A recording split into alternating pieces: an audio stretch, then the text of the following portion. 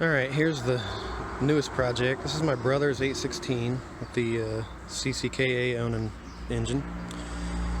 The history of this machine is he bought this I don't know how many years ago, and right off the bat it was having trouble mowing heavy grass. It would bog down in heavy grass, and he went around and around, tried to fix it himself, and I wasn't really involved in any of that. But later, he didn't really give up on it, but it just kind of went on the back burner. And I just saw it in the shop, and I started kind of messing around with it. And I got it started, and it wouldn't run on anything but half choke. So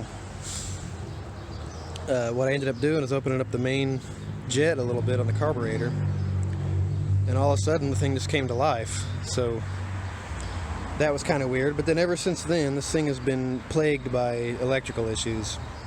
He'll replace the wire going from the battery to the kill switch, and it'll run for 15 minutes, half hour, and then it'll just die like that wire's not even hooked up, or like it's bad or something. So I don't know, there could be any number of things that are causing this. It could be a bad key switch that gets, that the resistance goes up when it gets hot, or any number of things. But he has modified it to have the vacuum fuel pump, so that's cool.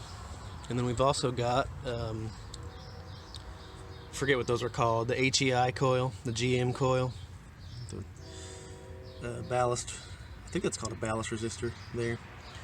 So he's got a few modifications done to it, so the thing should run awesome. And it does when it runs, but it's got some issues with the electrical, so I'm gonna see if I can figure out what the heck's wrong with it and see if I can get this thing running solidly. Okay, I got this hood off, and I looked under here, and it doesn't appear that he's got a wire going from the positive battery terminal to the key switch. So I'm guessing that I found this in the box of stuff that he gave me, and it looks like he was about to make one out of this with the upgraded blade type fuse holder instead of the old bulb type. So I'm gonna put those two ends on this thing. Got the shrink wrap on first. Shrink tubing, whatever. Shrink wrap. And let's get this thing soldered up and see if that makes this thing start. It probably will, but that doesn't mean anything. He put new wires on from the positive terminal to the key switch numerous times, and they never fixed it. I mean, it would temporarily, and it would run for a while, but then it would just die on him. So this isn't a guarantee, but it's at least going to get this thing started so we can get a little bit closer to seeing what's going on with it.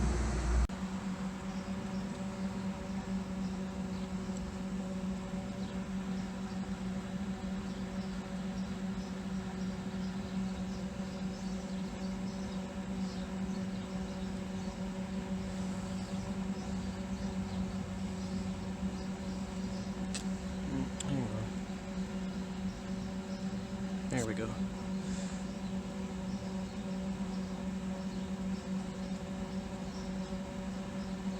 This doesn't seem like it's working that well. There it goes. See it sucking it on in there.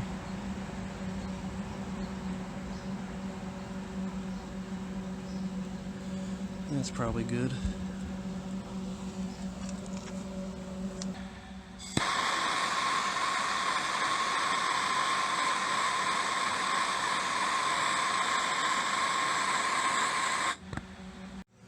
Okay, I think that one that says B on the top there is the one this goes on, so let me just see if we can get that guy on there. Camera. Pretty good. Now, I used to having the camera like that. This thing should go up on there. I'll put a 10 amp fuse on the fuse holder, and let's see if this thing will give us a red light. We got it all hooked up. We got a 10 amp fuse. Got this hooked up. I'm probably going to replace those with actual nuts so I can really tighten them instead of the wing nuts, but for now it'll work. Let's see what we got here. If that red light turns on, the oil light there, then we're alright. Let's see if it starts. Ooh. Okay, it looks like this terminal down here on the starter wasn't tight. I'm not really sure how that happened, but let me give that a tightening and then we'll come back. Alright, we cranked that down on the starter. Let's see what happens now. Good solid red light. Nothing. Alright, let me continue looking into this. Okay, so here's where I'm at this point. I was doing a lot of testing with the multimeter, and it would always get 12.5 volts going post to post, but then whenever I'd measure this positive cable, it would drop down to 9.6 volts when the key was on. So then I take that off, and man, is that thing in bad condition. So hopefully I can clean that post up and put this thing back on, and I wouldn't be surprised if it worked. So let's see what happens with that. I've already got it pretty clean on the inside, but it was pretty bad too. Using a plumber's for copper fittings, just using that on that, and then I guess I'm going to put a wire wheel on a, or not a wire wheel, but a cut brush, wire cut brush on a drill, and try to clean that post up, and let's see what that does for us. I'm pretty confident in this one. Okay, this bolt broke, so I'm gonna have to kind of do some kind of makeshift thing for that to make that sure that's good and tight. But it's wedged on there pretty good right now. I did go ahead and hit the key real quick just because make sure before I even waste any more video, and it definitely kicked the starter a little bit. So let's see if we get this thing started. Let's do full choke, down throttle, red light.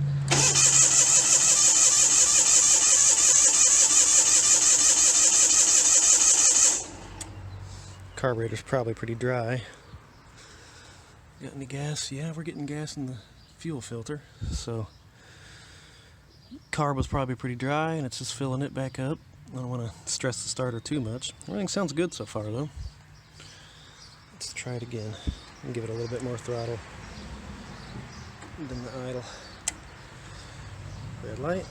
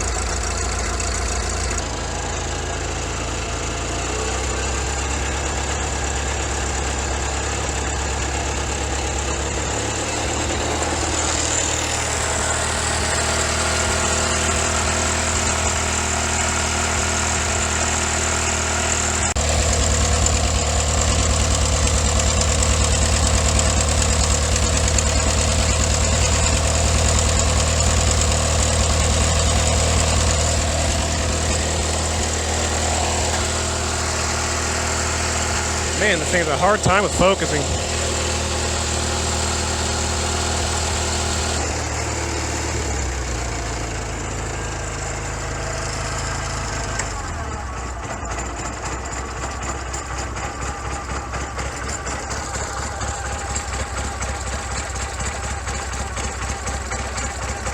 Alright. Okay, it's been a few months since the previous clips in this video, and since then, all I did is I just kind of went through here, and every single electrical connection I took apart and soldered and shrink tubed. See a splice there. Those. I went ahead and ran a new wire from that one because the old one wasn't in very good shape. I put a new piece of loom on that one, and then down here you can barely see those. So basically the plan here was to try to eliminate any question of whether or not this thing's fixed. I just went to literally every electrical connection on it and soldered them up real good so that if there was any problem there, that would hopefully eliminate that possibility. So at this point, I'm pretty much done with it. I'm going to send it back to my brother and let him test it and see if he can break it again. Hopefully not, but he probably, see, that another part to this whole thing is this was his primary mower back then too, and so it was a lot of demand on it. And well, now there's not going to be that much demand on it, so this problem might never cropped back up. It might have been a heat issue from the very beginning. So we'll see, but it's hard to believe that anything would happen to it now with all those connections all soldered up. So we'll see.